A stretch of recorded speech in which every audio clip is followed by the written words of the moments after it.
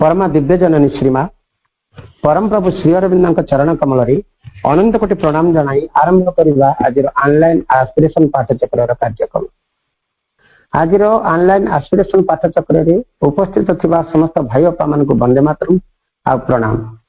कार्यक्रम आरंभ आमे मंत्रमयी सावित्री उच्चारण सहित नीरव मां को ध्यान करवा। आज मंत्रमयी सावित्री उच्चारण पृष्ठ संख्या रही 633। आज मंत्रमयी सावित्री को उच्चारण करने आमे बालेश्वर अरुण भाई को अनुरोध करूँ। अरुण भाई आपण मंत्रमयी सावित्री उच्चारण करंतु। आमे समस्ते नीरव रे मां को ध्यान करूँ। समस्ते silence. Book 10 the book of the double Twilight canto 3 the debate of love and death page 633। Then each are being rescued from separateness, all is itself, all is new felt in God, a lover leaning from his cloister's door, gathers the whole world into his single breast. Then shall the business fail of night and death, when unity is on, when strife is lost, and all is known, and all is clasped by love, who would turn back to ignorance and pain. O death, I have triumphed over thee within. I quiver no more with the assault of grief. A mighty calmness seated deep within has occupied my body and my sense. It takes the world's grief and transmutes to strength. It makes the world's joy one with the joy of God. My love, eternal seats throned on God's calm, for a love must soar beyond the very heavens and find its secret sense ineffable. It must change its human ways to ways divine, yet keep its sovereignty of earthly bliss.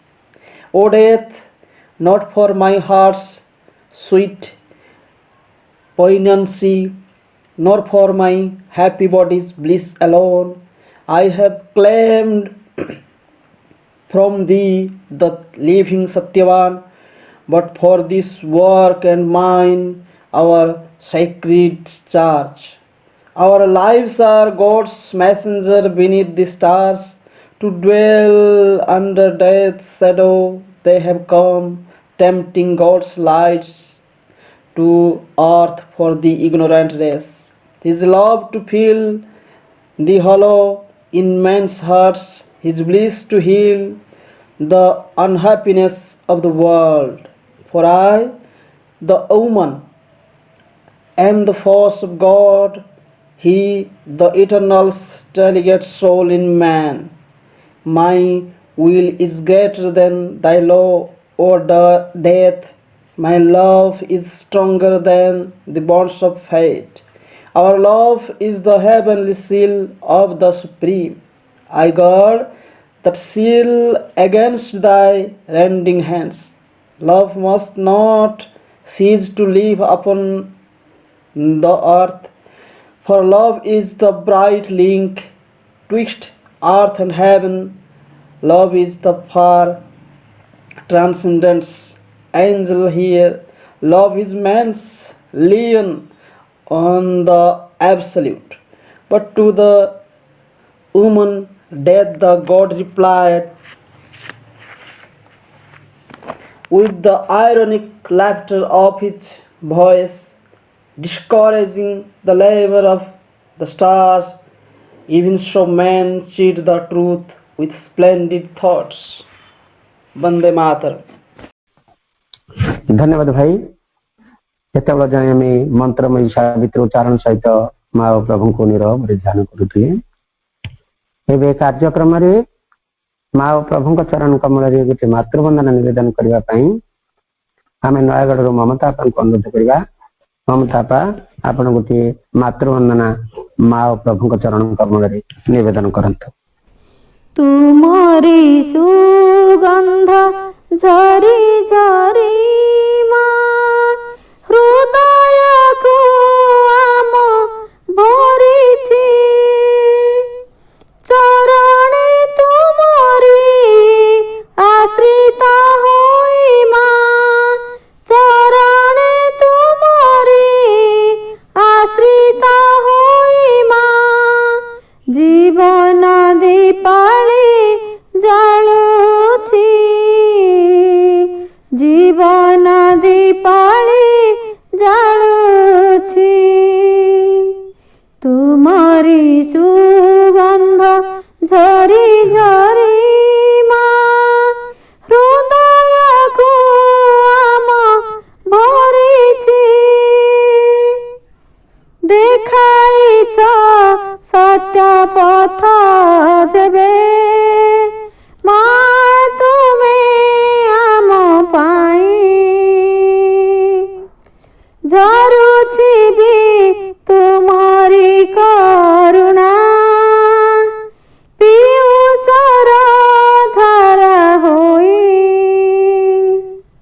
ଦେଖାଇଛ ସତ୍ୟ ପଥ ଯେବେ ମା ତୁମେ ଆମ ପାଇଁ,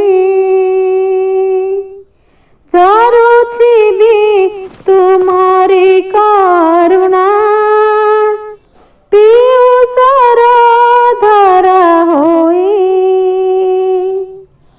ତୁମରି ଅମୃତ ଝରି ଝରି ମା, ତୁମରି ଅମୃତ ଝରି ଝରି ମା, ଦୁଃଖ ସବୁ ଧୋଇ ନେଉଛି, ଦୁଃଖ ସବୁ ଧୋଇ ନେଇଛି।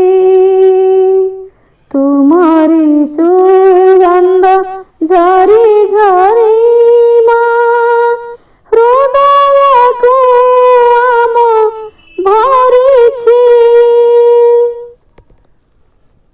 ଆଲୋକର ସନ୍ଧାନୀ ଯେ ତୁମେ, ସାଧନାର ରାହ ନେଇ। ଏ ବିଶ୍ୱର ସବୁ ଜିମା ପରେ ପବିତ୍ରତା ଦେଲ ଢାଳି। ଆଲୋକର ସନ୍ଧାନୀ ଯେ ତୁମେ, ସାଧନାର ରାହ ନେଇ। ଏ ବିଶ୍ୱର ସବୁ ଜିମା ପରେ ପବିତ୍ରତା ଦେଲ ଢାଳି। ମାଗୋ ତୁମରି ଶାନ୍ତ ସ୍ୱରୂପ, ମାଗୋ ତୁମରି ଶାନ୍ତ ସ୍ୱରୂପ। ମମତାର ମାୟା ତୋଳିଛି, ମମତାର ମାୟା ତୋଳିଛି। ତୁମରି ସୁଗନ୍ଧ ଝରି ଝରି ମା ହୃଦୟକୁ ଆମ ଭରିଛି। ଚରଣେ ତୁମରି ଆଶ୍ରିତ ହୋଇ ମା, ଚରଣେ ତୁମରି ଆଶ୍ରିତ ହୋଇ ମା, ଜୀବନ ଦୀପାଳି ଜାଳୁଛି, ଜୀବନ ଦୀପାଳି ଜାଳୁଛି, ଜୀବନ ଦୀପାଳି ଜାଳୁଛି, ଜୀବନ ଦୀପାଳି ଜାଳୁଛି, ଜୀବନ ଦୀପାଳି ଜାଳୁଛି, ଜୀବନ ଦୀପାଳି ଜାଳୁଛି। ମା धन्यवाद अपा बहुत भावर सह आपण वंदनाटी माँ प्रभु चरण कमल निवेदन कर आम समस्त को माँ और प्रभु चरण कमल मन प्राण शरीर को आमर उन्मिलित कर रखी आपंकर सुंदर प्रार्थना धन्यवाद अपा धन्यवाद। बर्तमान समय हिची जे आम प्रति बुधवार दिन माँ गोटे पवित्र ग्रंथ आम आलोचना करुचे मातृवचन तृतीय खंड ताको आलोचना कर धारावाहिक भाव में आमर कोटपाड़ प्रताप भाई कोटपाड़ कोरापुट प्रताप भाई आमर गोटे कंटिन्यू डिस्कशन रही कला और योग आर्ट एंड योग भाई को अनुरोध करवा मातृ रचनावली जो कंटिन्यू डिस्कशन रही कला और योग आर्ट एंड योग आलोचना करंतु भाई। माँ श्री अरविंद एवं ऑनलाइन एस्पिरेशन पाठचक्र रे योगदान करथिबा समस्त अपा एवं भाई माने आमे विगत सप्ताह रे कला एवं योग विषय रे आलोचना करथिले। माँ को पाखरे जो प्रश्न टे करा जायतिला जने साधक प्रश्न करथिले कलावित माने बा कलाकार माने सेमानकर चरित्र रे काई की हुबळा होई थांती बोली मांकर उत्तर थिला अधिकांश कलाकार प्राणिक स्तर रे ही थांती एवं से प्राणिक स्तर होउची समस्त गंडगोलर आधार समस्त किछि असंगति सेठरू आरंभ हुए जेहेतु प्राणिक स्तर टी श्रृंखलित नहे एवं सेमानकर जीवनर नियंत्रण बा जो शक्ति जाक तांको जीवनर नियंत्रण करंती से सब से भूमि रु ही आसी थांती तेणु सेमानकर आचरण गुड़िक भितरे अनियमितता थाए एवं सेमानकर चरित्र मध्य हुबळा होई थाए। आजिर प्रश्न होची मां को प्रश्न करुचंती जणे योगाभ्यास द्वारा जणे व्यक्ति शेक्सपियर बा सेलिंग परी एते उच्च को जाई परिबे कि आमे एपरी कोनसी उदाहरण देखिबा को पाउना हो। प्रश्न आउथरे योगाभ्यास द्वारा जणे व्यक्ति शेक्सपियर बा सेलिंग परी एते उच्च को जाई परिबो कि आमे एपरी कोनसी उदाहरण देखिबा को पाउना। माँ उत्तर दौचंती एपरी उदाहरण नाही बोली किए कहला शेक्सपियर बा अन्य कोनसी कवि जहा किछि सृष्टि करिसंती भारत वर्षर महाभारत किंबा रामायण को आमे कदापि ताठारु निम्न स्तर कृति बोली कहि परिबा नाही एवं सेई ग्रंथ गुड़िक दुईटी एपरी व्यक्ति मानक द्वारा रचित होइथिला जेउ मानक की ऋषि बोली कहा जाए जेमती रामायण ऋषि वाल्मीकि द्वारा एवं महाभारत ऋषि व्यासदेव द्वारा रचित होइथिला जो माने जगस्थ रही तपस्या करि जाइछंती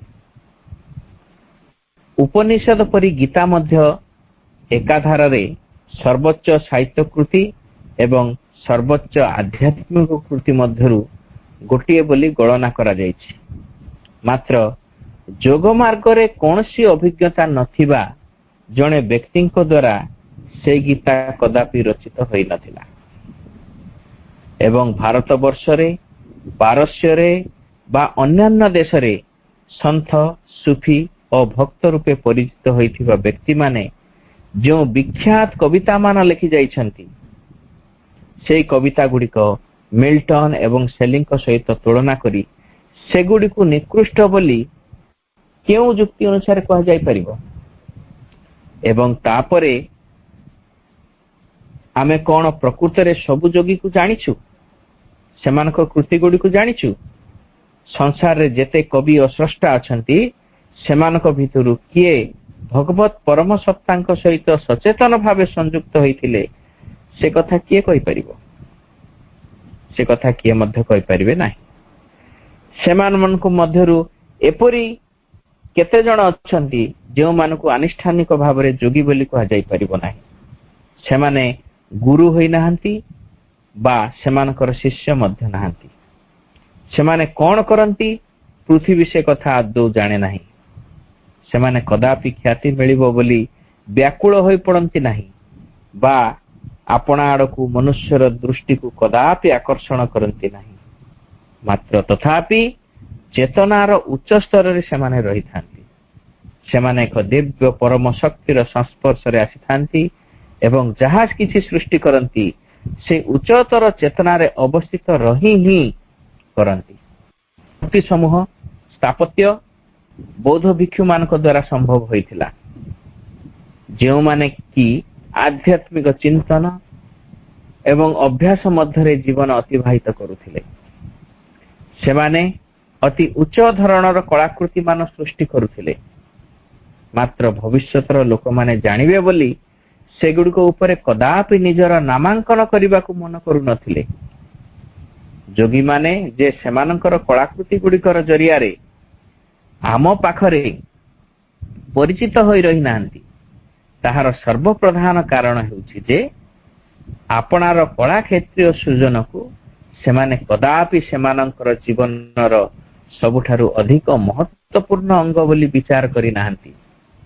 ଜଣେ ଜଣେ କେବଳ କଳାକାର ହିସାବରେ ସେମାନେ କଦାପି କଳାରେ ଆପଣାର ଏତେ ସମୟ ବା ଏତେ ଶକ୍ତି ଲଗାଇ ନାହାନ୍ତି। ଏବଂ ସେଇ ଯୋଗୀମାନେ ଯାହା କିଛି କରନ୍ତି ତାହା ଯେ ସର୍ବଦା ଲୋକମାନଙ୍କ ଯାଏଁ ଆସି ପହଞ୍ଚେ ସେ କଥା ମଧ୍ୟ ଠିକ ନୁହେଁ। ଏବଂ ଏପରି କେତେ ଜଣ ବ୍ୟକ୍ତି ଅଛନ୍ତି ଯେଉଁମାନେ କି ପ୍ରକୃତରେ ମହାନ ମହାନ କାର୍ଯ୍ୟ କରିଛନ୍ତି, ମାତ୍ର ପୃଥିବୀରେ ସେଗୁଡ଼ିକୁ ଆଦୌ ପ୍ରକାଶିତ କରିନାହାନ୍ତି। ତେଣୁ ମା ପ୍ରଥମ ଏଇ ପ୍ରଶ୍ନର ଉତ୍ତରରେ ଏହା କହୁଛନ୍ତି। ତାପରେ ଆଉ ଦ୍ୱିତୀୟ ପ୍ରଶ୍ନକୁ ଯିବା। ଦ୍ୱିତୀୟ ପ୍ରଶ୍ନ ହେଇଛି, ଯୋଗୀମାନେ ସେକ୍ସପିୟରଙ୍କ ଠାରୁ ବି କଣ ଆହୁରି ଭଲ ନାଟକ ଲେଖି ପାରିଛନ୍ତି?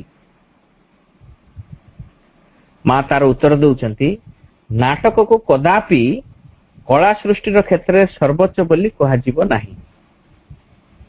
କେହି ଜଣେ ଏପରି ଗୋଟିଏ ମତ ଦେଇଛନ୍ତି ଯେ ଯେକୌଣସି ଅନ୍ୟ କଳା ଠାରୁ ନାଟକ ହେଉଛି ସର୍ବଶ୍ରେଷ୍ଠ ଏବଂ କଳା ହେଉଛି ଜୀବନ ଠାରୁ ଶ୍ରେଷ୍ଠତର। ମାତ୍ର ଆମେ ତାହାକୁ ଠିକ ବୋଲି ସ୍ୱୀକାର କରିବା ନାହିଁ। କଳା କ୍ଷେତ୍ରର ସୃଷ୍ଟି ଓ କୃତିମାନ ଏପରି ଗୋଟିଏ ଗୋଟିଏ ଜିନିଷ ଯାହାକି ସ୍ୱୟଂ ସମ୍ପୂର୍ଣ୍ଣ ଭାବରେ ତିଷ୍ଠି ରହିପାରିବ ଓ ପୃଥିବୀରେ ଅବଶିଷ୍ଟ କ୍ଷେତ୍ର ଗୁଡ଼ିକ ଉପରେ ଆଦୌ କୌଣସି ନିର୍ଭର କରିବ ନାହିଁ। ଏପରି ଭାବି କଳାକାର ପ୍ରକୃତରେ ଭୁଲ କରିଥାଏ। ଏହି କଳାକାର ମାନେ କଳାକୁ ଜୀବନର ମୃତ୍ତିକା ବିସ୍ତାର ଉପରେ ଫୁଟୁଥିବା ସତେଅବା ଗୋଟିଏ ଗୋଟିଏ ଛତୁ ପରି ବୁଝିଥାନ୍ତି। ମା କେତେ ସୁନ୍ଦର ଉଦାହରଣ ଦେଉଛନ୍ତି। ତାହାକୁ ସତେଅବା ଆକସ୍ମିକ ଏବଂ ବାହ୍ୟ କିଛି ବୋଲି ବୁଝୁଥାନ୍ତି। ଜୀବନ ସହିତ ତାହାର ଏକ ଅନ୍ତର୍ଗତ ନିବିଡ଼ ସମ୍ପର୍କ ରହିଛି ବୋଲି ସ୍ୱୀକାର କରୁନଥାନ୍ତି। ସେମାନଙ୍କ ମତରେ କଳା ଗଭୀର ଏବଂ ସ୍ଥାୟୀ ସତ୍ୟ ଗୁଡ଼ିକ ମଧ୍ୟରୁ କେତେବେଳେ କୌଣସିକୁ ସ୍ପର୍ଶ କରେ ନାହିଁ ଓ ଜୀବନର ଯେକୌଣସି ଏବଂ ଅବିଚ୍ଛିନ୍ନ ଅଂଶରେ କଦାପି ପରିଣତ ହୋଇପାରେ ନାହିଁ।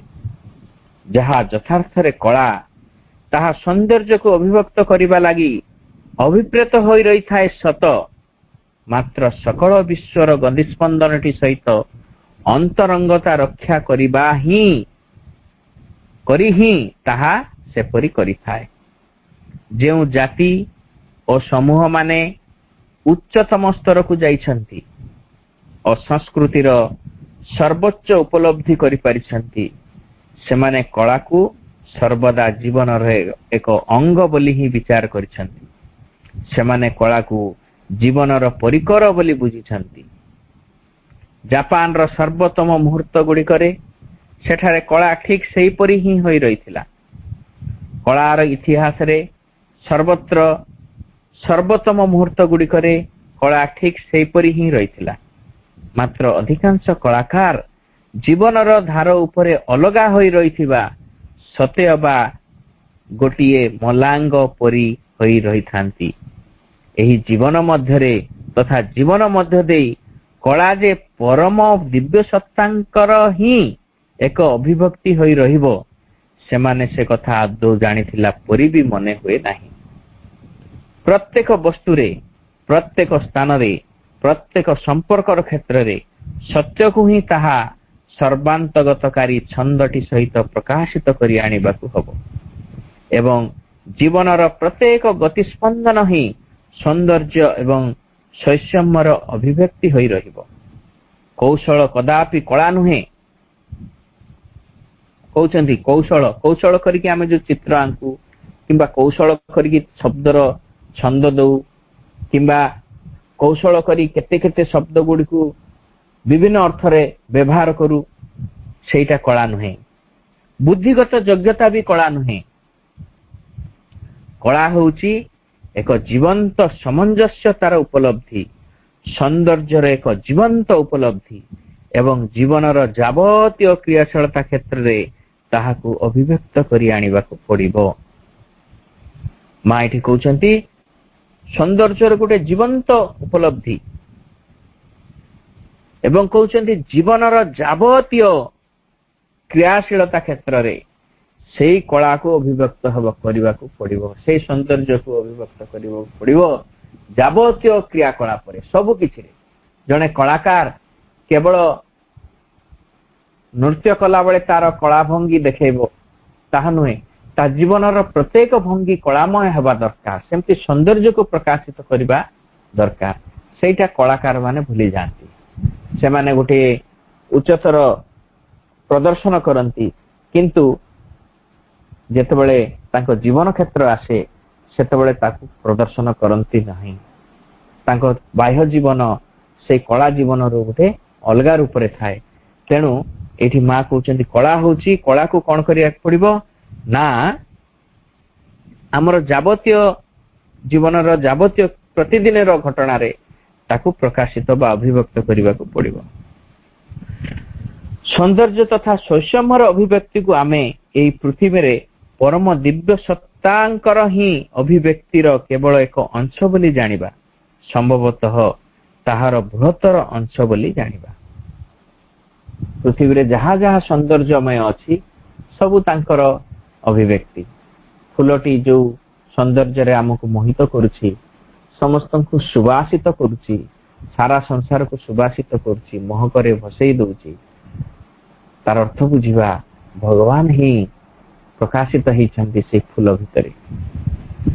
କାରଣ ଅତି ମାନସ ଦୃଷ୍ଟିକୋଣରୁ ବିଚାର କରି ଦେଖିଲେ ପରମ ଦିବ୍ୟ ସତ୍ତାଙ୍କର ଅନ୍ୟ ଯେକୌଣସି ପରିପ୍ରକାଶ ତୁଳନାରେ ସୌନ୍ଦର୍ଯ୍ୟ ଏବଂ ସାମଞ୍ଜସ୍ୟତାକୁ ମଧ୍ୟ ସମାନ ଭାବରେ ମହତ୍ୱପୂର୍ଣ୍ଣ ଗୋଟିଏ ଗୋଟିଏ ପରିପ୍ରକାଶ ବୋଲି କହିବାକୁ ହବ। ମାତ୍ର ସେଇ ଦୁଇଟି ଯାକକୁ ଆମେ ଅନ୍ୟ ଅଭିବ୍ୟକ୍ତି ଗୁଡ଼ିକ ଠାରୁ କଦାପି ଅଲଗା କରିଦେଇ ପାରିବା ନାହିଁ।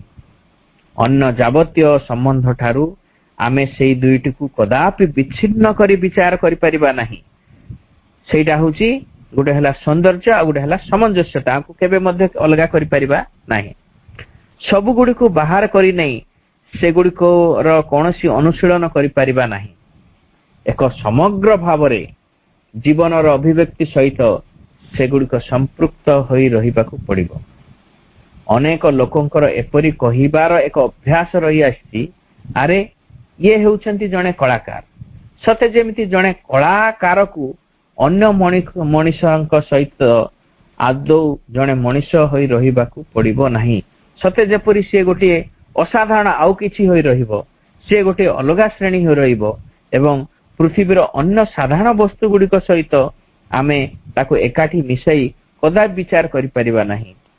କେବଳ କଳା ସକାଶେ କଳା ବୋଲି ଯେଉଁ ନିୟମଟି ରହିଛି ତାହା ଠିକ ସେଇ ଭୁଲକୁ ହିଁ ଗୋଟିଏ ସତ୍ୟ ବୋଲି ବୁଝାଇ କହିବାକୁ ଓ ଗୁରୁତ୍ୱ ଆଣିଦେବାକୁ ଚେଷ୍ଟା କରିବାରେ ଲାଗିଛି।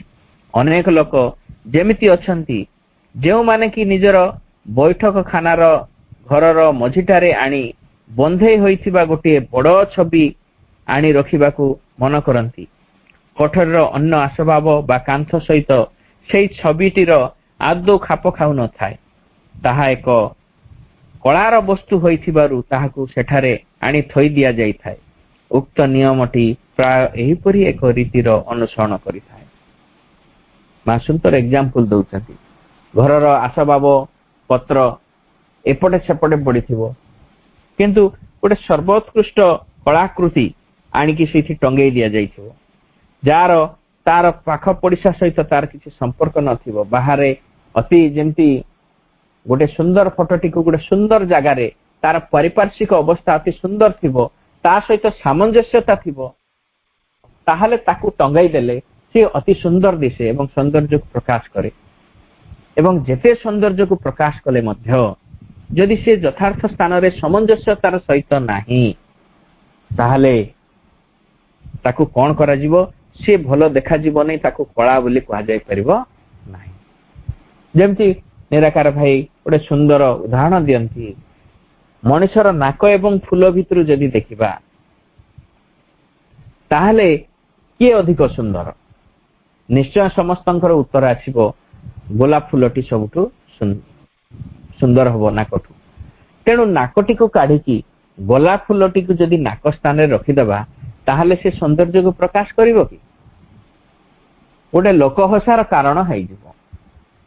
ସେଇ ଫୁଲଟିକୁ ଜଣେ ଯୁବତୀ ଯେତେବେଳେ ତାର ଚୂଳରେ ଖୋସିବ, ସେତେବେଳକୁ ସେଇଟି ସୁନ୍ଦର ଦିଶିବ।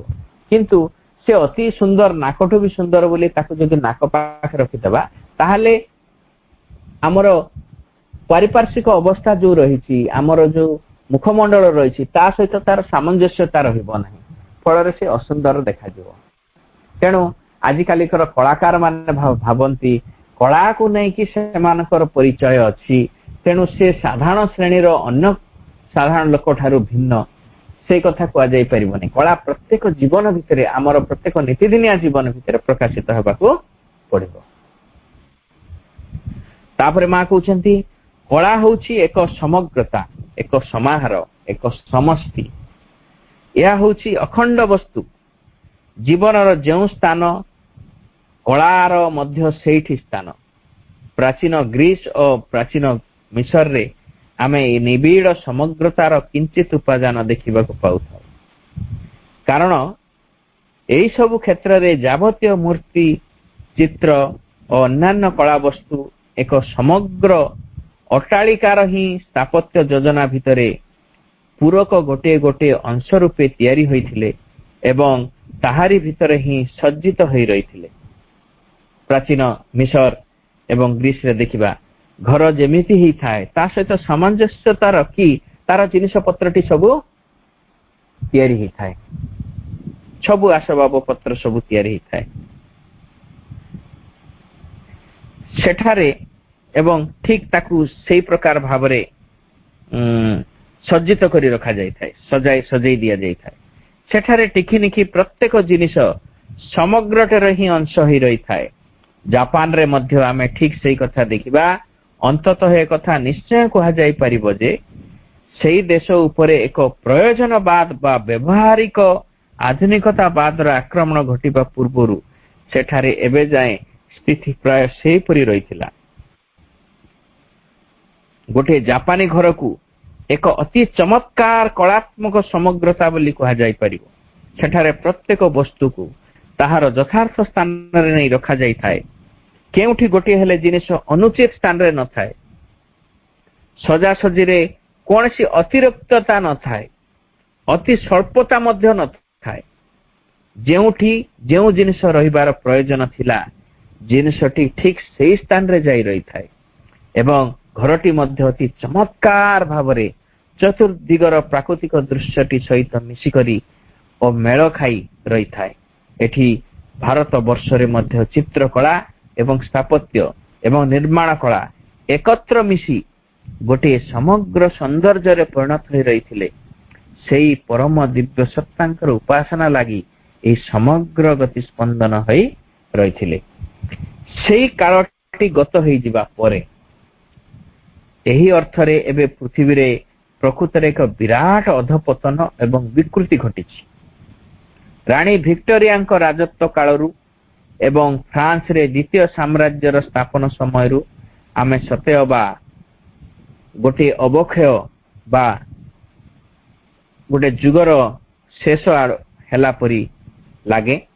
ବର୍ତ୍ତମାନ ତା ଘର ଭିତରେ ଏପରି ନାନା ଛବି ଆଣି ଟଙ୍ଗେଇ ରଖିବାର ଅଭ୍ୟାସ ହୋଇଗଲାଣି, ଯେଉଁଗୁଡ଼ିକ କି ସେଗୁଡ଼ିକୁ ବେଷ୍ଟନ କରି ରହିଥିବା ଅନ୍ୟ ବସ୍ତୁ ଗୁଡ଼ିକର ପରିପ୍ରେକ୍ଷୀରେ ଆଦୌ କୌଣସି ହିଁ ଅର୍ଥ ନାହିଁ।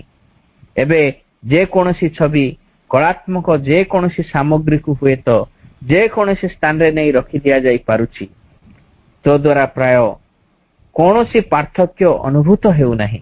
କଳା କହିଲେ ଏଣିକି କୌଶଳ, ଚାତୁରୀ ଓ ବୁଦ୍ଧିମତାର ଏକ ପ୍ରଦର୍ଶନକୁ ବୁଝାଉଛି। କାହାରି ଗୃହ ମଧ୍ୟରେ ସୁସମଞ୍ଜସ୍ୟତା ଓ ସୌନ୍ଦର୍ଯ୍ୟର କୌଣସି ସମଗ୍ର ପରିପ୍ରକାଶକୁ ତାହା ଆଦୌ ବୁଝାଉ ନାହିଁ। ଗୋଟେ ଏକ୍ସାମ୍ପଲ ନେବା, ନିଓନାର୍ଡୋ ଦା ଭିଞ୍ଚି ମୋନାଲିସା ଚିତ୍ର ଯେତେବେଳେ ଆଙ୍କିଲେ ପୃଥିବୀ ବିଖ୍ୟାତ ହେଇଗଲା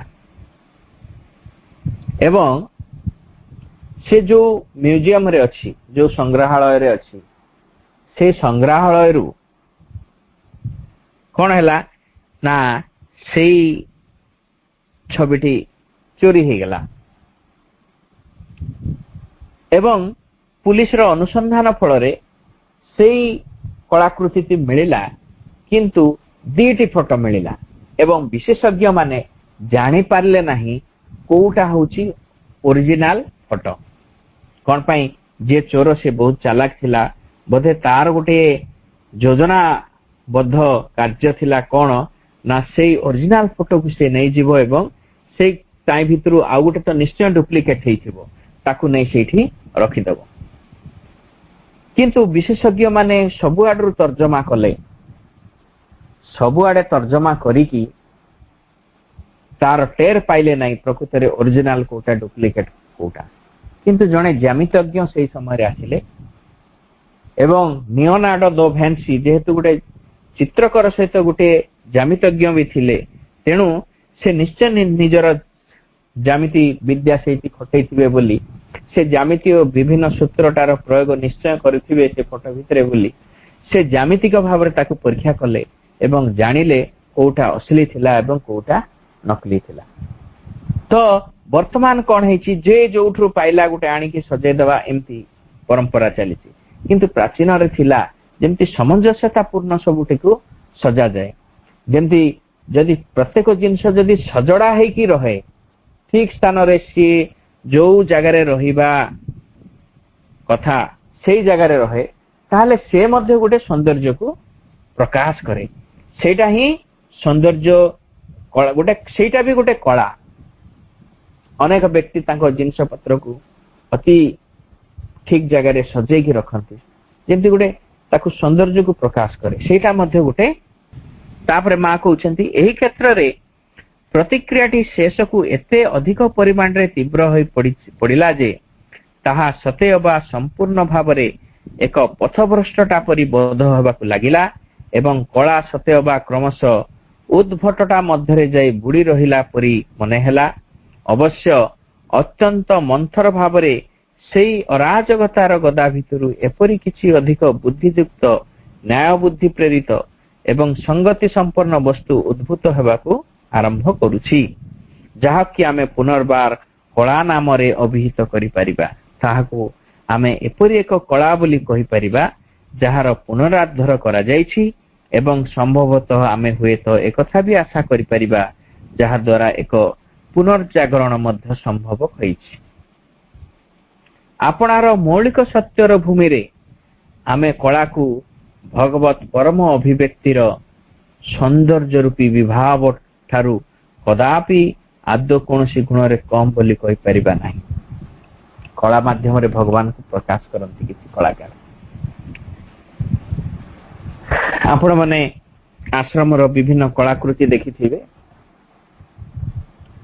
ଆଶ୍ରମର ଥିଏଟରରେ ନାଟକ ଦେଖିଥିବେ, ନୃତ୍ୟ ଦେଖିଥିବେ, ଦେଖିବେ କେତେ ସେ ଭିତରେ ସୌନ୍ଦର୍ଯ୍ୟକୁ ପ୍ରକାଶ କରୁଥାଏ, ସେଇ ହାୟର ଟ୍ରୁଥକୁ ପ୍ରକାଶ କରୁଥାଏ। ବାକି ଆମକୁ ବାହାରେ ଯୋଉ ପ୍ରକାର ନାଚ ଦେଖୁ, ଉଦଣ୍ଡ ନାଚ ହଉ, ବିଭିନ୍ନ ନାଚ ହଉ, ସେଟା ଆମ ପ୍ରାଣକୁ ଆହ୍ଲାଦିତ କରେ। କିନ୍ତୁ ସେଇ ପ୍ରାଣିକ ରାଜ୍ୟ ଦ୍ୱାରା ସେଇ ସବୁ ନିୟନ୍ତ୍ରିତ ହୁଏ। ଫଳରେ ଆମର ପ୍ରାଣ, ଯୋଉମାନଙ୍କର ପ୍ରାଣ ଆଗକୁ ଥାଏ, ସେମାନଙ୍କୁ ଅତି ସୁନ୍ଦର ଲାଗେ ଏବଂ ସେଇ ନୃତ୍ୟରେ ବା ସେଇ ପ୍ରକାର କଳାରେ ଯୋଉମାନେ ଅଭ୍ୟସ୍ତ ଥାନ୍ତି, ସେଇ ଲୋକମାନଙ୍କୁ, ସେଇ ଦର୍ଶକ ମାନଙ୍କୁ ଯଦି ଆମେ ଉଚ୍ଚତର କଳାର କୃତିରେ ନେଇଯିବା, ତାହେଲେ ସେମାନଙ୍କୁ ସେଗୁଡିକ ଆଗ୍ରହୀନ ଲାଗେ ଏବଂ ସେମାନଙ୍କୁ ନିଦ ମାଡି ଆସେ। ଯେମିତି ଆଜିକାଲିର ଯୋଉ ଆଧୁନିକ ସଙ୍ଗୀତରେ ଯୋଉ ଯୁବକ ଯୁବତୀ ମାନେ ବହୁତ ଆଗ୍ରହୀ ଅଛନ୍ତି ଏବଂ ସେଇ ସହିତ ମଜ୍ଜି ଯାଇଛନ୍ତି, ସେମାନଙ୍କୁ ଯଦି ଭାରତୀୟ ଶାସ୍ତ୍ରୀୟ ସଙ୍ଗୀତ ଶୁଣାଯାଏ, ତାହେଲେ ସେ ସବୁ ତାଙ୍କୁ ଗୋଟେ ଅବାଗିଆ ଅବାଗିଆ ଲାଗିବ, ତାଙ୍କୁ କିଛି ଭଲ ଲାଗିବନି ଏବଂ ସେମାନଙ୍କୁ ନିଦ ଆସିଗଲା ପରି ଲାଗିବ। କିନ୍ତୁ ଭାରତୀୟ ସଙ୍ଗୀତ ଏପରି ଥିଲା, ମେଘ ମଲ୍ଲାର ଏପରି ଗୋଟେ ରାଗ ଥିଲା, ଯାହା ଫଳରେ ମେଘ ଗର୍ଜିକି ବର୍ଷୁଥିଲା ଏବଂ ସମସ୍ତ ଆମର ଭଗବାନ ଜାଣିଥିବେ, ଶ୍ରୀକୃଷ୍ଣ ଯେତେବେଳେ ବଂଶୀ ତାଙ୍କର ସ୍ୱର ଶୁଣୁଥିଲେ, ତାହେଲେ ସେଇ ଜଙ୍ଗଲ ଭିତରେ ଥିବା ଯେତେ ଜୀବଜନ୍ତୁ, ପଶୁ ପକ୍ଷୀ, ଯେତେ ଗାଈ ଗୋରୁ ସବୁ ତାଙ୍କ ପାଖକୁ ପଳେଇ ଆସୁଥିଲେ। ଏମିତିକି ରାତିରେ ଗୋପୀ ମାନେ ଶୋଇଥିବେ, ତାଙ୍କର ବଂଶୀ ସ୍ୱନରେ ସମସ୍ତେ ଟାଣିକି ଆସୁଥିଲେ। ସେଇ ପ୍ରକାର ଆକର୍ଷଣ ଶକ୍ତି ସେଇ ସଙ୍ଗୀତ ଭିତରେ ଥିଲା। ତେଣୁ ମା କହୁଛନ୍ତି, ପରମ ଭାଗବତ ଅଭିବ୍ୟକ୍ତିର ସୌନ୍ଦର୍ଯ୍ୟ ରୂପୀ ତାଙ୍କର ଅଭିବ୍ୟକ୍ତି ହେଉଛି କଳା। ଏହି ଦୃଷ୍ଟିକୋଣରୁ ବିଚାର କରି ଦେଖିଲେ ସମ୍ଭବତଃ ଆମ ସମ୍ମୁଖରେ ଖୁବ କମ କଳାକାର ଯଥାର୍ଥ କଳାକାର ବୋଲି ଦୃଶ୍ୟମାନ ହେବେ। ମାତ୍ର ତଥାପି ଏପରି ଯଥାର୍ଥ ଯୋଗୀ କେତେକ ସଂଖ୍ୟାରେ ଅବଶ୍ୟ ଅଛନ୍ତି, ସେମାନଙ୍କୁ ଆମେ ନିଶ୍ଚୟ ଜଣେ ଯୋଗୀ ବୋଲି ବିଚାର କରିପାରିବା। ତେଣୁ ଯଦି ଯଥାର୍ଥ କଳାକାର ଦେଖିବା, ହାତ ଗଣତିରେ ବି ଭାରତ ବର୍ଷରେ ବାହାରିବେ ନାହିଁ। ବର୍ତ୍ତମାନ କଳା ହଉଛି ପରମଙ୍କର ସୌନ୍ଦର୍ଯ୍ୟ ରୂପୀ ପ୍ରକାଶ। ସେଇ ପରମଙ୍କର ଅବିକୃତ ଭାବରେ ତାକୁ କମ ବିକୃତ କରି ପ୍ରକାଶ କରିବା କେତେ କଷ୍ଟକର, ଯାହାକୁ କି ଅତି କମ ଲୋକ ହିଁ କଳାକାର ବୋଲି, ଆମକୁ ପ୍ରକୃତ କଳାକାର ବୋଲି କହିପାରିବା। କିନ୍ତୁ ଯୋଗୀ ଅନେକ ଲୋକଙ୍କୁ କହିପାରିବା। କାରଣ ଆପଣା ଅଭିପ୍ସାଟିର ପ୍ରତୀକ୍ଷା କରିବା ଲାଗି ଓ ତାହାକୁ ଗ୍ରହଣ କରିବା ଲାଗି ଠିକ ଜଣେ ଯୋଗୀ ପରି ଜଣେ କଳାକାର ମଧ୍ୟ ଗଭୀର ଚିନ୍ତନ ମଧ୍ୟରେ ପ୍ରବେଶ କରିବାକୁ ହୋଇଥାଏ। ପ୍ରକୃତରେ ସୁନ୍ଦର କରି କିଛି ସୃଷ୍ଟି କରିବାକୁ ହେଲେ ଜଣେ କଳାକାରକୁ ଆଗ ଆପଣା ଭିତରକୁ ଚାହିଁ ତାହାକୁ ଦେଖିବାକୁ ହୁଏ ଓ ଆପଣାର ଅନ୍ତର୍ଗତ ଚେତନାରେ ତାହାର ସମଗ୍ର ରୂପଟିକୁ ଉପଲବ୍ଧି କରିବାକୁ ହୁଏ। ସେତେବେଳେ ସେ ଏହିପରି ଭାବରେ ଅନ୍ତରସ୍ଥ ହୋଇଯାଇପାରେ, ଦେଖିପାରେ, ତାହାକୁ ଧାରଣ କରି ଦେଖିପାରେ। କେବଳ ସେତିକି ବେଳେ ଯାଇ ସିଏ ତାହାକୁ ବାହାରେ ମଧ୍ୟ ବିଭକ୍ତ କରିଦେଇପାରେ। ଆପଣାର ବୃହତ୍ତର ଅନ୍ତର୍ଗତ ଦୃଷ୍ଟି ବଳରେ ହିଁ ସିଏ ଯାହା କିଛି ସୃଷ୍ଟି କରିପାରେ। ଜଣେ କଳାକାର ଯାହା ତାର ସୃଷ୍ଟି କରେ, ତାକୁ ପ୍ରଥମେ ତାର ଭିତରେ ତାକୁ ଦେଖେ। ଦେଖନ୍ତୁ, ଆପଣଙ୍କୁ ଶୁଣିଲେ ଆଶ୍ଚର୍ଯ୍ୟ ଲାଗିବ, ଗୋଟେ ପଥର ଭିତରେ ଅନେକ ମୂର୍ତ୍ତି ରହିଛି। ଗୋଟେ ପଥର ଭିତରେ, ଗୋଟେ ପଥରକୁ ନେଇକି ଆପଣ ଯେକୌଣସି ମୂର୍ତ୍ତି କରିପାରିବେ, କଳାକାର ଯେକୌଣସି ମୂର୍ତ୍ତି କରିପାରିବେ। ତେଣୁ ସେ ପଥର ଭିତରେ ଅନେକ ସମ୍ଭାବନା ଅଛି। କଳାକାର କଣ କରେ, କେବଳ ବଳକା ପଥରକୁ ହଟେଇ ଦିଏ। ପଥରଟି ଗୋଟେ ବିରାଟ ପଥର ଅଛି, ସେ ବଳକା ପଥର ଯାକୁ ହଟେଇ ଦେଲେ ଯେତିକି ଗୋଟେ ମୂର୍ତ୍ତି ଲାଗି ଯେତିକି ଦରକାର ସେତିକି ରଖିକି ବାକି ସବୁକୁ କାଢିଦେଲେ ସେ ଗୋଟେ ସୁନ୍ଦର ମୂର୍ତ୍ତି ହେଇଯାଏ। ଗୋଟେ ପଥରଟି, ଗୋଟେ ସୁନ୍ଦର ନ ଦେଖାଯାଉଥିବା ପଥରଟି ଗୋଟେ ସୁନ୍ଦର ମୂର୍ତ୍ତିରେ ପରିଣତ ହେଇଯାଏ। କିପରି ମୂର୍ତ୍ତିରେ ପରିଣତ ହେଇଯାଏ? ଗୋଟେ କଳାକାର ତାକୁ ଭିତରୁ ଦେଖିଛି, ଭିତରୁ ସେ ରୂପଟିକୁ ଉପଲବ୍ଧି କରିଛି, ତାପରେ ତାକୁ ରୂପଟିଏ ଦଉଛି। ସମସ୍ତ କ୍ଷେତ୍ରରେ ମଧ୍ୟ ଏବେ ବିଭିନ୍ନ ନାଟକ ହଉ କିମ୍ବା ବିଭିନ୍ନ ପୌରାଣିକ କାହାଣୀରେ ବିଭିନ୍ନ ଚରିତ୍ରରେ ଅଭିନୟ କରିବାକୁ ହେଲେ ନିଜ ଚରିତ୍ରକୁ ଯଦି ସେଇ ପ୍ରକାର ନ କରାଯାଏ ତାହେଲେ ସେ ଅଭିନୟଟି ଠିକ ଭାବରେ ହୋଇଯାଏ ନାହିଁ। ଯେମିତି ଆମେ ଲକଡାଉନ ସମୟରେ ରାମାୟଣର ଚରିତ୍ର, ରାମାୟଣ ସିରିଏଲ ଚାଲିଥିଲା, ସେଇଠି ଯୋଉ ଚରିତ୍ର ମାନେ ଅଭିନୟ କରୁଥିଲେ ସେମାନଙ୍କର ବିଭିନ୍ନ ସମୟରେ ସେମାନଙ୍କ ସାକ୍ଷାତକାର ନିଆଯାଇଛି। ସେମାନେ ତାଙ୍କ ସେଇ ଅଭିନୟ କରିବା ପୂର୍ବରୁ ଏବଂ ସେ କରିବା ପରେ ତାଙ୍କ ଜୀବନଟି ସେଇପରି ଢଙ୍ଗରେ ହେଇଯାଇଛି। ସୀତାଙ୍କ ରୋଲ ସିଏ ଆଗରେ ପୂର୍ବେ ରାମାୟଣ କଲା ପୂର୍ବରୁ ସେ ଟିକେ ଅଶ୍ଳୀଳ ସିନେମାରେ କରୁଥିଲେ, କିନ୍ତୁ ଯେତେବେଳେ ସେ ରାମାୟଣ ଚରିତ୍ରଟି ଅଭିନୀତ କଲେ ତାଙ୍କ ଜୀବନଟି ପୁରାପୁରି ପରିବର୍ତ୍ତନ ହେଇଗଲା। ଠିକ ସେମିତି ଅନ୍ୟ ଚରିତ୍ର ମାନେ ମଧ୍ୟ ଏତେ ପରିବର୍ତ୍ତନ ହେଇଯାଏ। ଏବଂ ଆମ ଯେତେବେଳେ ଆମେ ନ୍ୟୁଜରେ ପଢିଲେ ଯେତେବେଳେ ଏଇ ସବୁ ରାମାୟଣ ହେଲା ସେତେବେଳେ ରାମାୟଣରେ ଯୋଉମାନେ ଚରିତ୍ରରେ ଅଭିନୟ କରୁଥିଲେ ସେମାନେ ଯେତେବେଳେ ରାମାୟଣକୁ ଦେଖିଲେ, ସେ ରାବଣ ଯେତେବେଳେ ସୀତା ଚୋରି ଦେଖିଲା ସେତେବେଳେ ତା ଆଖିରୁ ଲୁହ ଖସିଗଲା। ତ କଣ ହେଇଛି, ଜଣେ ଜୀବନକୁ ସେ ପରିଚାଳିତ କରେ। ଜୀବନ ଭିତରେ ମଧ୍ୟ ସେଇ କଳାକୁ ଜଣେ ଯଦି ବହନ କରୁଥାଏ, ତାର ଅଭିପ୍ସା ଭିତରେ ଥାଏ, ତାହେଲେ ସିଏ ଯଥାର୍ଥ କଳାକାର ହେଇପାରିବ। ଯଦି ଜଣେ ଭକ୍ତ ପ୍ରହ୍ଲାଦର ନାଟକଟିଏ କରୁଛି, ସେ ନିଜେ ଭକ୍ତ ପ୍ରହ୍ଲାଦ ଯେତେବେଳେ ନ ହେଇଛି ତାକୁ ନିଖୁଣ ଭାବରେ ଅଭିନୟ କରିପାରିବ ନାହିଁ। ଏବଂ ଯଦି କିଏ ଚିତ୍ରଟିଏ ଆଙ୍କୁଛି ପ୍ରକୃତରେ ସେ କୌଣସି ଭଗବାନଙ୍କୁ ଭିତରେ ଦର୍ଶନ କରିନାହିଁ, ସେ ବାହାରେ ତାକୁ ଆଙ୍କି ପାରିବ ନାହିଁ। ଠିକ ସେହିପରି ଅନ୍ୟ ସବୁ କିଛି କଳାକୃତିରେ ସେ ଅନ୍ତର ଭିତରେ ଅତି ଗଭୀରକୁ ଯାଇକି ତାକୁ ଦେଖିବାକୁ ପଡେ, ତାପରେ ଯାହା ସେ ଦେଖେ ଅନ୍ତର ଭିତରେ ତାକୁ ବାହାରେ ପ୍ରକାଶ କରେ। ତ ମା କହୁଛନ୍ତି ଏଇଟା ମଧ୍ୟ ଗୋଟେ ଯୋଗ ସାଧନା ବୋଲି ମଧ୍ୟ କହିଲେ। ଜଣେ ଅନ୍ତରରେ ଦେଖିକି ତାକୁ ବାହ୍ୟ ପ୍ରକାଶ କରିବା, ଏଇଟା ମଧ୍ୟ ଗୋଟେ ଯୋଗ ସାଧନାର ଅନ୍ତର୍ଗତ ହେଇପାରିବ। ଯେମିତି ଶ୍ରୀ ଅରବିନ୍ଦ କହିଲେ, yoga nothing but a practical psychology. ଯୋଗ ହଉଛି କଣ, ଯୋଉ କଥାଟି ଆମର ସାଇକୋଲୋଜି ଭିତରେ ଅଛି, ଆମର ମନ ଭିତରେ ଅଛି, ତାକୁ ବାହ୍ୟରେ ପ୍ରକାଶ କରିବା, ଯୋଉଟା ଅଭିପ୍ସା ରୂପରେ ଅଛି ତାକୁ ବାହ୍ୟ ଭାବରେ ପ୍ରକାଶ କରିବା ହିଁ ଯୋଗ, ମାଧ୍ୟମ ହଉଛି ଯୋଗ। ଠିକ ସେମିତି କଳା ମଧ୍ୟ ଭିତରେ ଗୋଟେ ଜିନିଷକୁ ସୌନ୍ଦର୍ଯ୍ୟଟାକୁ ଉପଲବ୍ଧି କରିଛନ୍ତି, ଦେଖିଛନ୍ତି ଗଭୀର ଭିତରେ, ତାକୁ ବାହ୍ୟ ପ୍ରକାଶ କରିବାଟା ହିଁ କଳା। ତେଣୁ ଯୋଗ ଏବଂ କଳା ଭିତରେ ମଧ୍ୟ ଗୋଟେ ସାମଞ୍ଜସ୍ୟତା ଅଛି। ଏବଂ ମା କହୁଛନ୍ତି ଲିଓନାର୍ଡୋ ଦା ଭିଞ୍ଚି, ଯେ କି ମୋନାଲିସା ଚିତ୍ରର ଚିତ୍ରକର, ସେ ମଧ୍ୟ ଗୋଟେ ଯୋଗୀ ସ୍ୱଭାବର ଥିଲେ, ଯୋଗୀ ଥିଲେ। ତାଙ୍କୁ ପୃଥିବୀର ସର୍ବଶ୍ରେଷ୍ଠ କଳାକାର ବୋଲି କୁହା ନଗଲେ ମଧ୍ୟ ସିଏ ଯେ ସର୍ବଶ୍ରେଷ୍ଠ ମାନଙ୍କ ମଧ୍ୟରେ ଅବଶ୍ୟ ଅନ୍ୟତମ ଥିଲେ, ସେ କଥା ଦୃଢ ଭାବରେ କୁହାଯାଇପାରିବ।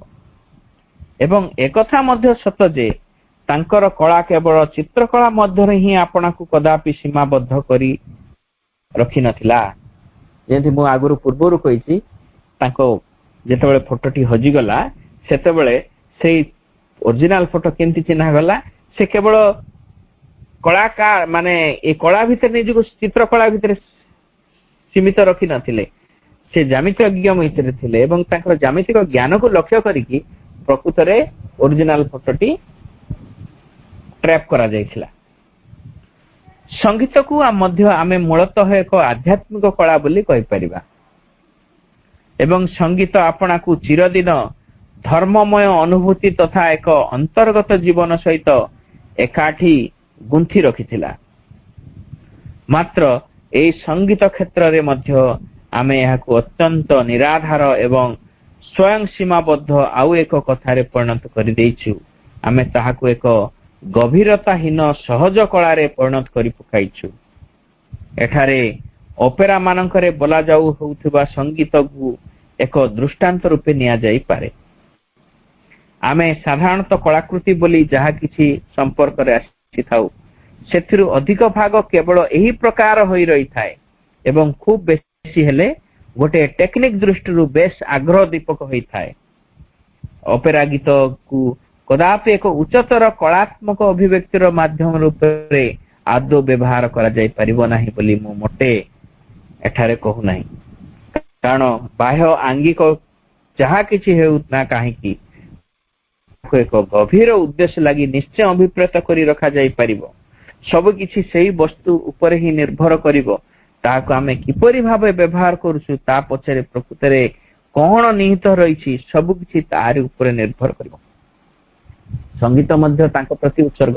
ଯେମିତି ଆମେ ପାଠଚକ୍ରରେ ଗାଉଛେ, ପାଠଚକ୍ର ପୂର୍ବରୁ କିଛି ସଙ୍ଗୀତ ଗାନ କରୁଛେ।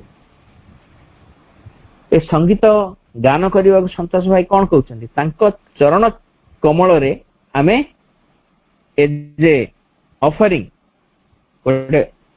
ଗୋଟେ ଅର୍ପଣ ରୂପେ ଗୋଟେ ଅର୍ଘ୍ୟ ଅର୍ପଣ ରୂପେ ଆମେ ପ୍ରଦାନ କରିବା, ତାହେଲେ ସେ ସଙ୍ଗୀତଟି କଣ ହବ ନା ଭଗବାନଙ୍କ ପାଖରେ ସମର୍ପିତ ହେଇପାରିବ ଏବଂ ସେ ସଙ୍ଗୀତ ମାଧ୍ୟମରେ ଆମେ ମଧ୍ୟ ସମର୍ପିତ ହେଇପାରିବା ଏବଂ ସଙ୍ଗୀତ ମାଧ୍ୟମରେ ଆମର ଯୋଗରେ ଆମେ ଆଗେଇ ଯିବା। କିନ୍ତୁ ଯିଏ ଗୀତ ଗାଉଥିବେ କିମ୍ବା ଯିଏ ବକ୍ତା କିଛି କହୁଥିବେ ସେ ଯଦି ବ୍ୟକ୍ତିଗତ ସ୍ୱାର୍ଥ ଦୃଷ୍ଟିରୁ କହୁଥିବେ, କିଛି ଭଲ କହିଲେ ପ୍ରଶଂସା ମିଳିବ, ତାଙ୍କ ପାଠଚକ୍ରରେ ଅଧିକ ଲୋକ ଯୋଗ ଦେବେ, ତାଙ୍କ କଥାକୁ ଶୁଣିବା ପାଇଁ ଅନ୍ୟମାନେ ଜଗିକି ରହିଥିବେ, ଏଇ ପ୍ରକାର ମନୋଭାବରେ ଯୋଉମାନେ ପାଠଚକ୍ରକୁ କରିବେ ତାହେଲେ କଣ হবে? ସେମାନଙ୍କର କଣ ହବ ନା ଆଧ୍ୟାତ୍ମିକ ଅଗ୍ରଗତି ତ ହବ ନାହିଁ, ସେ କଥା ନିଶ୍ଚିତ। ସେମାନେ ସମ୍ଭାଳୁଆରୁ ପ୍ରଜାପତି ହେବେ କଣ? ମୋଟା ରୋଟା ଗୋଟିଏ ସମ୍ଭାଳୁଆ ହେଇକି ରହିଯିବେ। ତେଣୁ ଗୋଟେ ଜିନିଷ ଭଲ ଖରାପ କୁହାଯାଇ ପାରିବ ନାହିଁ, ସେ ଜିନିଷକୁ କେମିତି ବ୍ୟବହାର କରାଯାଉଛି। ବିଷ ମଧ୍ୟ ବ୍ୟବହାର କରାଯାଇପାରେ ଭଲ କାମରେ, ବ୍ୟବହାର କରିବା ଲୋକମାନଙ୍କ ଉପରେ ନିର୍ଭର କରୁଛି। କଣ ପାଇଁ? ସବୁ କିଛି ମଧ୍ୟ ଭଗବାନଙ୍କର ଇଏରୁ ବାଦ ଦିଆଯାଇ ପାରିବ ନାହିଁ। ସବୁ କିଛି ଦିବ୍ୟ, କିନ୍ତୁ ତାକୁ କେମିତି ବ୍ୟବହାର କରାଯାଏ, କିଏ କୋଉ ଜାଗାରେ ରହିବ ତାକୁ ନିରୂପିତ କରିଦେବା ହିଁ ଦିବ୍ୟତାର ପରିଚୟ। ଏପରି କୌଣସି ବସ୍ତୁ ନାହିଁ ଯାହାକି ଆମେ କେବେ ହେଲେ ଭଗବତ ଉଦ୍ଦେଶ୍ୟ ସାଧନରେ ବ୍ୟବହାର କରି ନ ପାରିବା। ହଁ, ଏକଥା ମଧ୍ୟ ସମାନ ଭାବରେ ସତ ଯେ ସବୁ କିଛି ଆପଣାକୁ ଭଗବତ ସ୍ତରୀୟ ବୋଲି କହି ଛଳନା ବି କରିପାରିବ ଏବଂ ତଥାପି ପ୍ରକୃତ କ୍ଷେତ୍ରରେ ସେହି ମର୍ମହୀନ ସହଜ କଳାର ସ୍ତରରେ ହୋଇ ରହିଥିବ।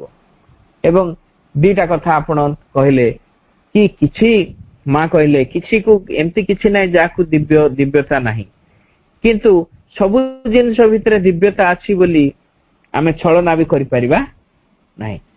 ସିନେମା ଭିତରେ ଭଗବାନ ଅଛନ୍ତି ବୋଲି ଆମେ ସିନେମା ଯଦି ଯିବା, ସର୍ବତ୍ର ଖଳିଦଂ ମାନେ ସର୍ବଖଳିଦଂ ବ୍ରହ୍ମ, ସବୁ ଭିତରେ ବ୍ରହ୍ମ ଅଛନ୍ତି ବୋଲି କରିବା, ତାହେଲେ ଆମର ଛଳନା ଯୁକ୍ତ କାମ ହବ। ସେଇଟା ପ୍ରକୃତରେ ସିନେମାରେ ଆମେ କିଛି ଚେତନାର ଅଗ୍ରଗତି ହଉଛି କି? କେବଳ ଆମର ପ୍ରାଣିକ ଆମୋଦ ପାଉଛୁ, ତେଣୁ ଯାଉଛୁ ଏବଂ ଛଳନା ଦେଇକି ଆମେ ଯୁକ୍ତି ଦର୍ଶଉଛେ ଏମିତି, ସେଥିରେ ମଧ୍ୟ ଭଗବାନ ଅଛନ୍ତି।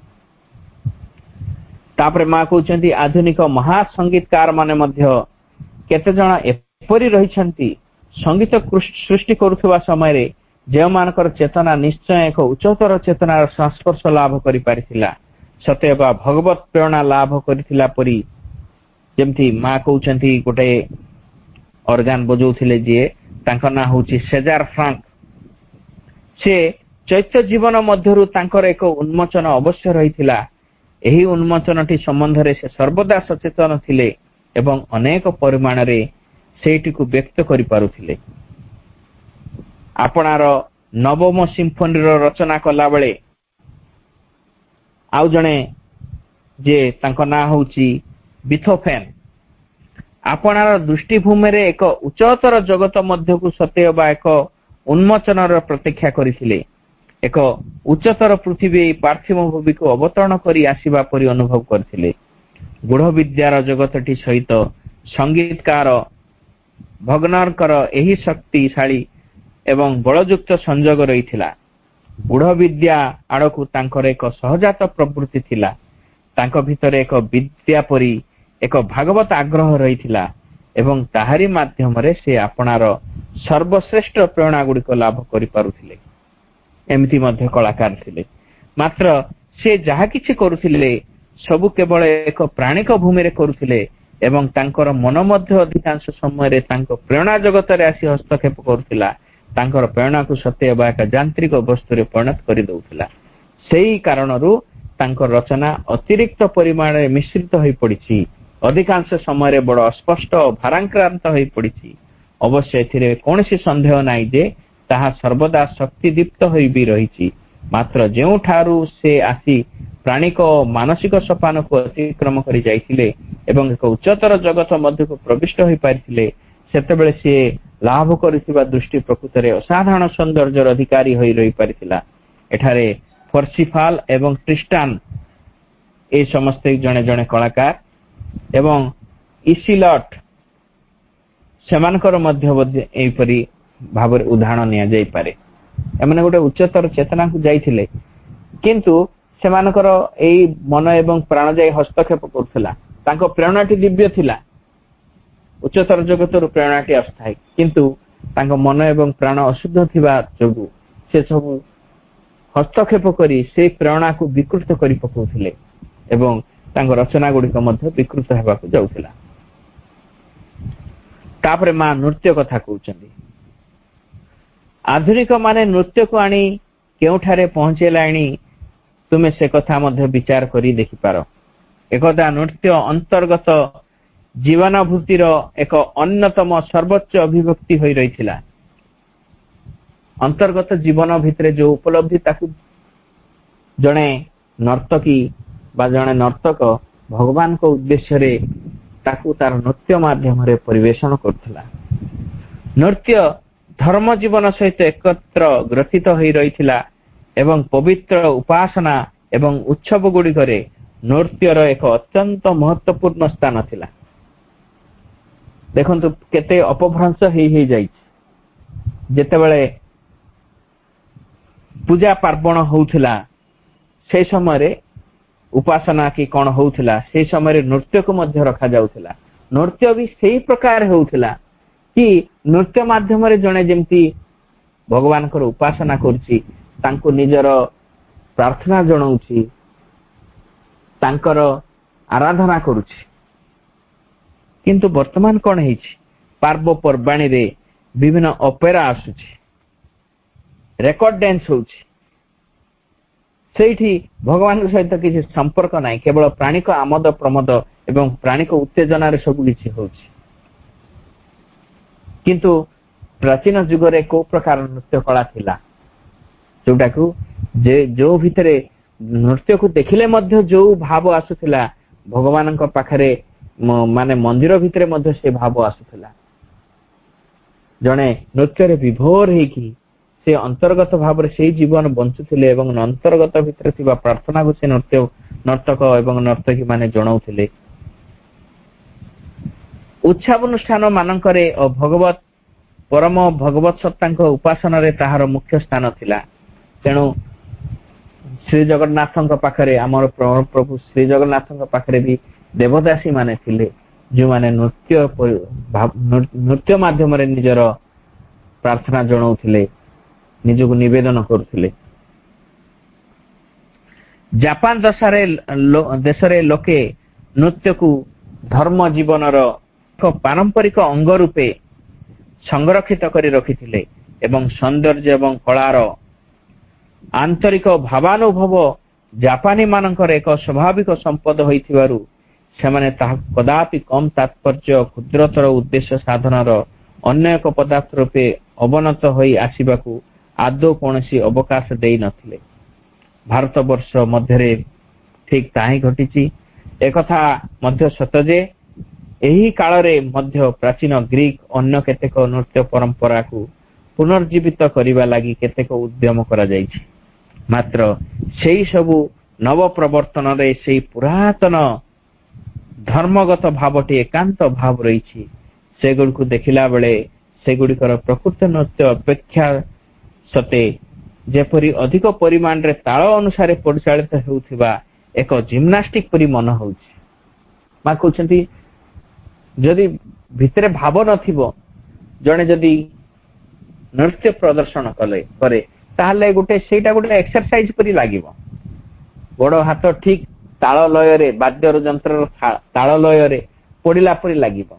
କିନ୍ତୁ ଯଦି ସେ ଭିତରେ ଭାବଟିଏ ଥାଏ, ତା ଭିତରେ ଅନ୍ତର୍ଗତ ଗୋଟେ ଭାବ ବିନିମୟ ଥାଏ, ସେ ଯାହା ପାଇଁ ନାଚୁଛି କିମ୍ବା ଯାହାର ଗୀତ ପରିବେଷଣଟି ହଉଛି, ତାହେଲେ ସେ ନୃତ୍ୟଟି ପ୍ରକୃତରେ ସେଇ ପରମ ଦିବ୍ୟତାର ସୌନ୍ଦର୍ଯ୍ୟକୁ ପ୍ରକାଶ କରେ।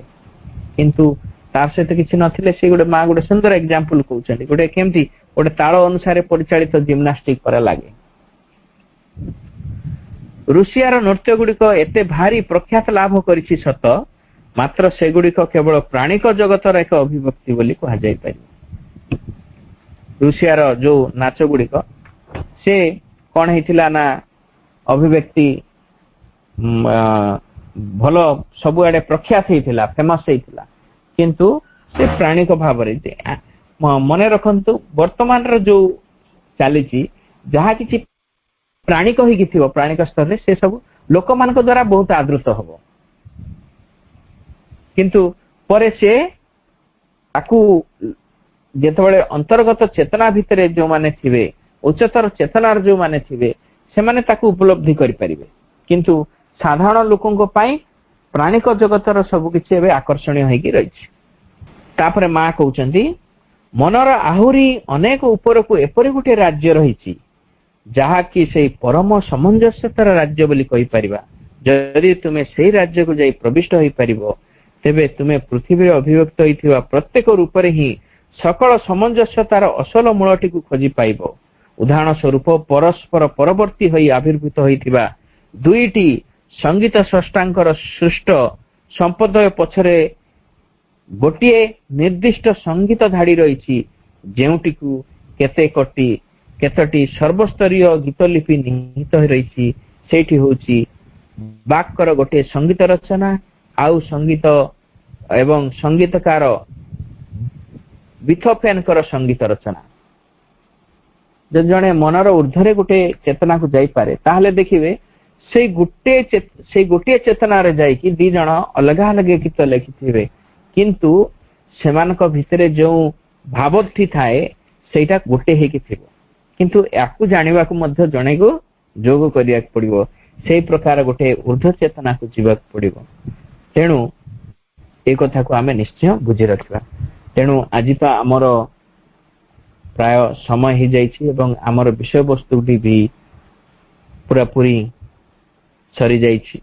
ସରିଯାଇଛି ଆଜିର ଯୋଗ ଏବଂ କଳା ଏବଂ ଯୋଗ ଭିତରେ। ତେଣୁ ଆମେ ସମସ୍ତେ ଅଳ୍ପ ବହୁତ ଉପଲବ୍ଧି କରିଥିବା କଳା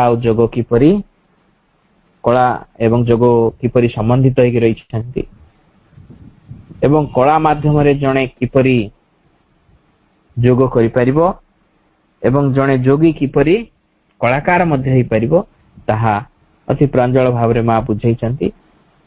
ବନ୍ଦେ ମାତରମ୍। ଧନ୍ୟବାଦ ଭାଇ। ତାହେଲେ ଆମେ କାର୍ଯ୍ୟକ୍ରମକୁ ଆମେ ଏଠି ବିରତି ଘୋଷଣା କରିବା। ସମସ୍ତ ଭାଇ ବାପା ମାନଙ୍କୁ ବନ୍ଦେ ମାତରମ୍। ପ୍ରଭୁ ମାଙ୍କ ଚରଣ କମଳରେ ଅନନ୍ତ କୋଟି ପ୍ରଣାମ ଜଣାଇ ଏବଂ ଭାଇଙ୍କୁ ଧନ୍ୟବାଦ ଜ୍ଞାପନ କରି କାର୍ଯ୍ୟକ୍ରମକୁ ଆମେ ଏଠି ଓଭର କରିବା। କିନ୍ତୁ ତା ପୂର୍ବରୁ ଆମେ ମାତୃ ଅର୍ଗାନ ମ୍ୟୁଜିକ ସହିତ ଟିକେ କନସେନ୍ଟ୍ରେସନ ହବା। ସମସ୍ତେ ଟିକେ ସାଇଲେନ୍ସ।